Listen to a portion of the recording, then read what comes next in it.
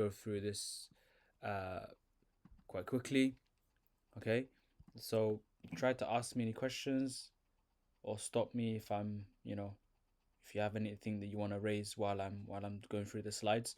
So I want to first ask you something. So, how long have you actually been thinking about getting into cybersecurity? Was it like a few months, or is it like a No, year, or longer than that? uh, I'll say I'll say 8 months to a year now. I've just had it in mind since to like get in, but I was just like, did I say waiting for like a right time when I know that I'll be ready. I'll be really ready to just like kickstart it.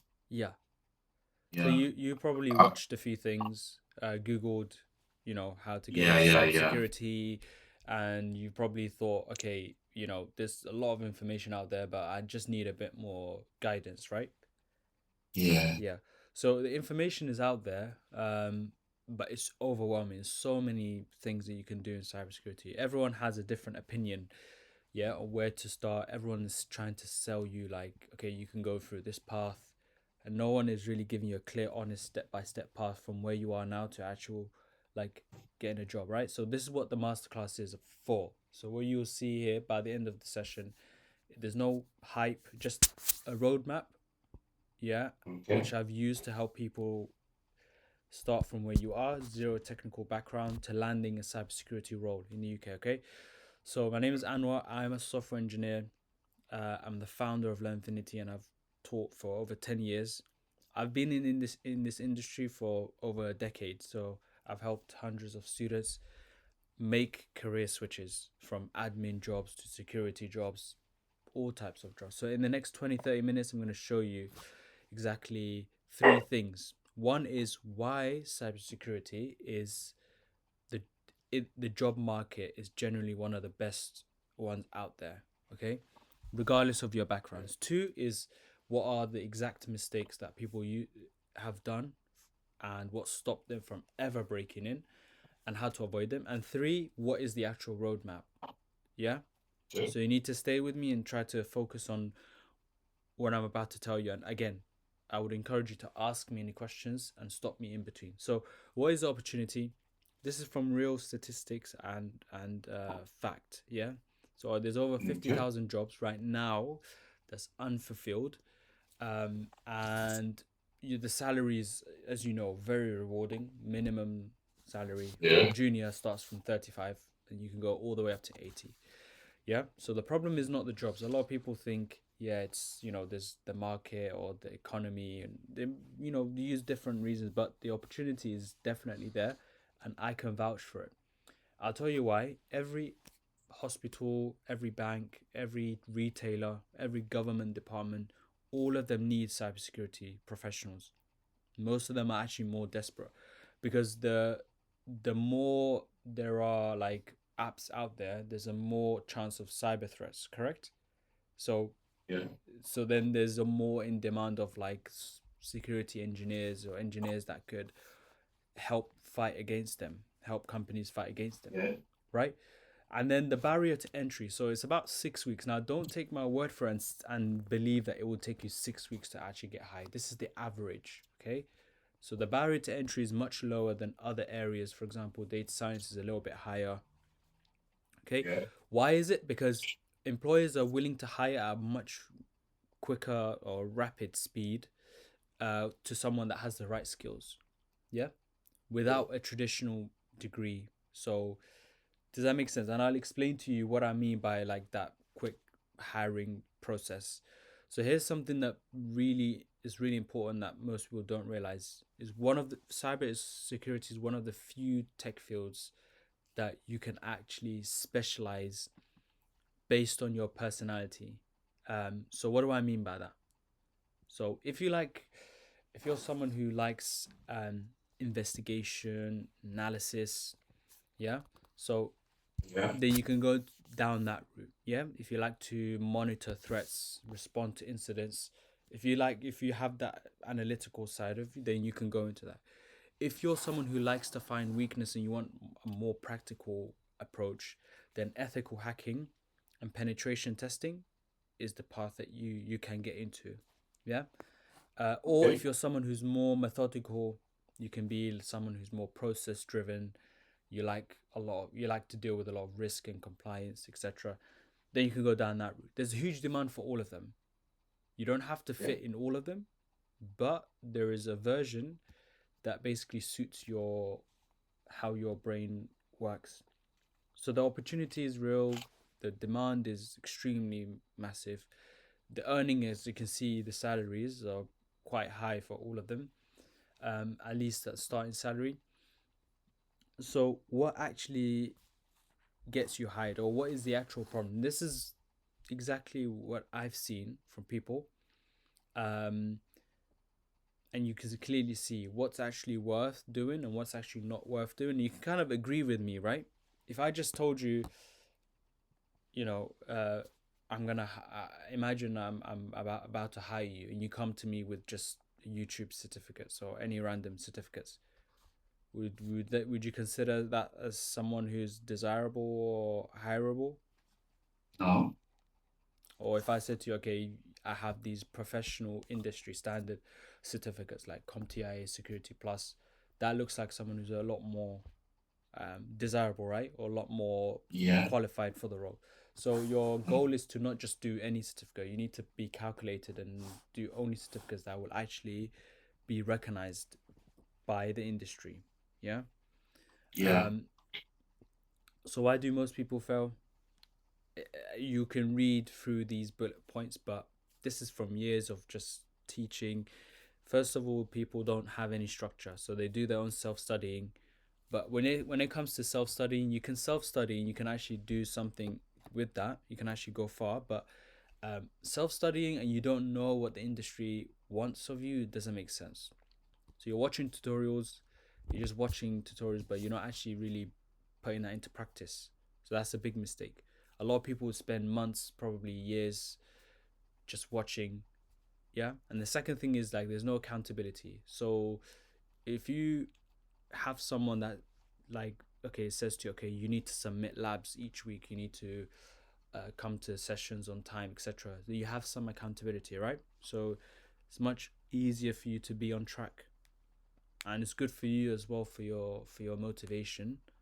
um if you get stuck, if you're struggling with certain things, right? So accountability and having structure is very important. The next thing is certifications without any labs. So people just rush into doing CompTIA, or they just pick up these random certificates, and they do the certificate. They, let's say they pass the exam, then they start applying, but they don't know how to actually, because on the job is completely different. Do you understand? When you actually, if you actually get hired, Yeah. you're gonna actually be asked to do tasks, right? So if you Yeah. don't know how to carry that out and you remember just what you did in the exam, it makes no sense, right? So doing certs without any hands-on lab experience is the thing that kind of ruins a lot of people's opportunity. And the last thing is they just don't have any visibility. So what I mean by that, they have no proof that they have their skills. They just have all their projects saved on their computer. They don't have like a portfolio set up. There's no link that you can just send to an employer or recruiter, and they can just see all your projects in one space. Do you understand? So you need to make sure that you have visibility. You need to make sure that you have a good portfolio that you can showcase and just send it out. Do you understand? Any questions so Yeah, I far? do. No, no, no, no. Okay. So self-studying is one of the things that really like kind of, I'd say, ruin a lot of people's chances. Sorry, one second. Let me go back to the slide. So this is sort of the approach that I take, or we take to help you.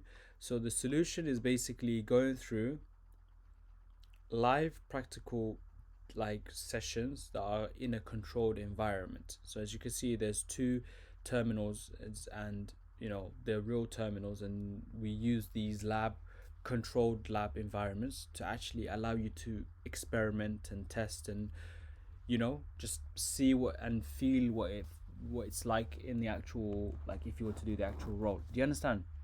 Because if you didn't do that, and you just was learning all the theory and doing lecture style kind of work, then you wouldn't get a taste of the real, like, what it's like on the job. Yeah, does that make sense? So Yeah, it that's why does. we have that lab, we have that controlled environment. Okay, and okay, so we have our student transformations. I don't want you to just take my word for it. These are like real results. We have, for example, Mohibo. He just came through a cybersecurity program, and he was previously working in retail. Then we have Khalid, who also was in a previous admin role, then started as a developer, earning 48K. So we have these people, but the thing I want to make sure that you understand is that we have these results, but we are also selective in who we bring into our courses and programs. Why? Because we want to make sure that we work with serious, committed students, not just students that um, are going to be half-hearted. Like, when you join, you have to make sure that you put all your effort into it. Do you understand? So I want you to really think about Yeah. what kind of commitment do you want to make, and it's very easy for everyone to have motivation in the beginning, but after, let's say, week 7, 8, that's where the real, like, test begins. Do you understand? Yeah. So I want you to remember that. I want you to remember that it's all down to you how much effort and work you want to put into this. Yeah. Okay. Okay. So I'm going to go through the roadmap very briefly, and then I'm gonna go and show you the dashboard and show you how actually you'll be learning and all the curriculum breakdown. So it's very simple. The roadmap is 8 weeks, no more, no less. uh, First few weeks is just the foundations. Even if you don't know anything, you don't need to worry. You'll cover everything from the beginning. Okay. And as you can see here, as the weeks progress, you start to get a lot more, um, it will get a little bit more complicated as the weeks go by, but that's normal because you will be helped and supported, and you will be doing projects, as you can see, hands-on projects. You'll be doing real-world projects in closer to the end of the program.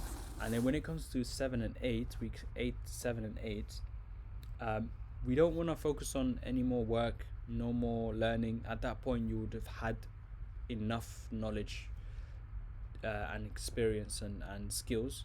So we just want to focus on your interview and preparation and CV preparation and getting your first certificate.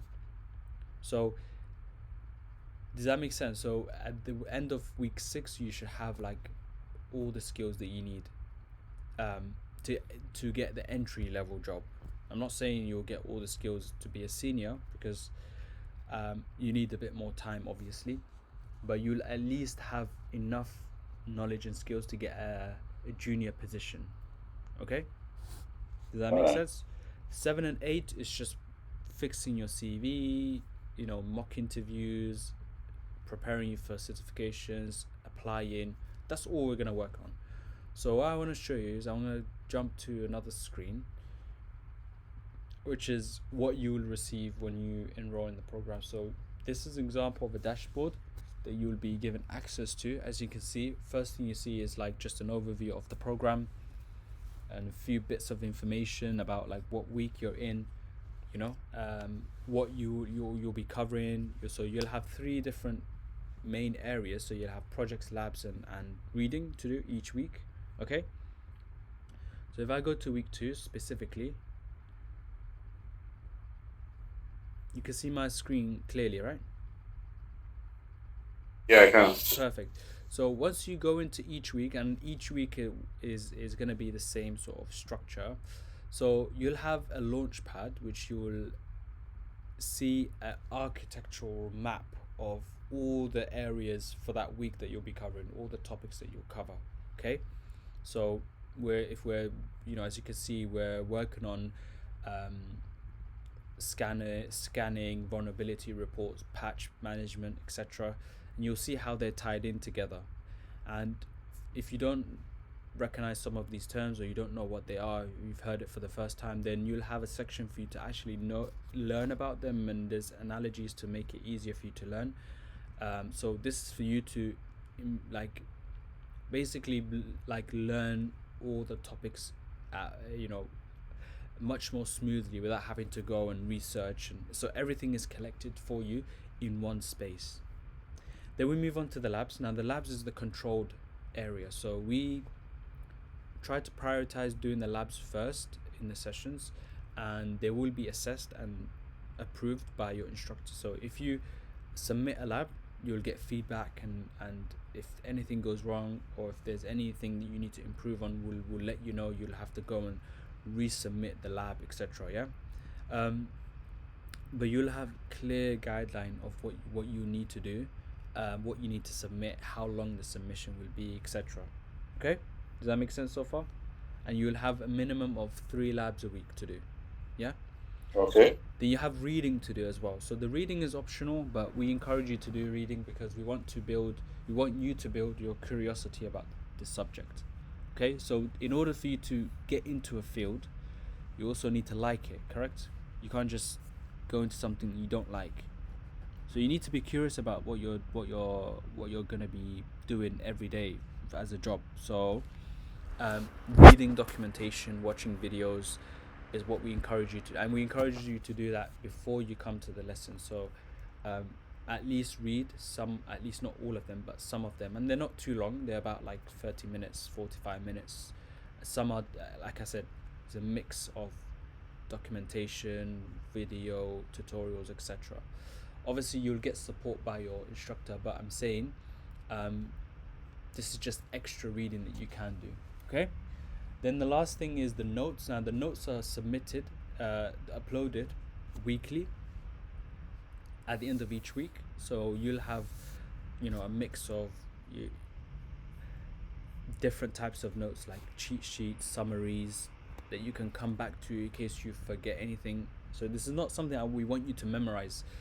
Like other programs and courses, you have to like memorize, and do an exam at the end. We don't have that structure. We have just notes here for you to come back to if you ever like get stuck, and we want you to really learn really understand what you're learning, not just memorize things, because later on you will forget.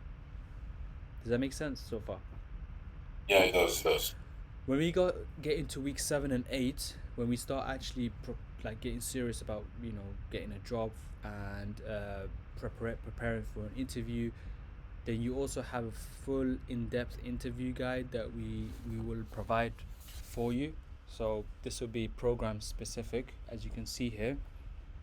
So we have a range of cybersecurity questions, which are industry questions that you could be asked in your actual interview as well.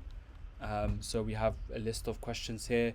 Your instructor will ask you probably every week 1 or 2 questions just to get you to practice.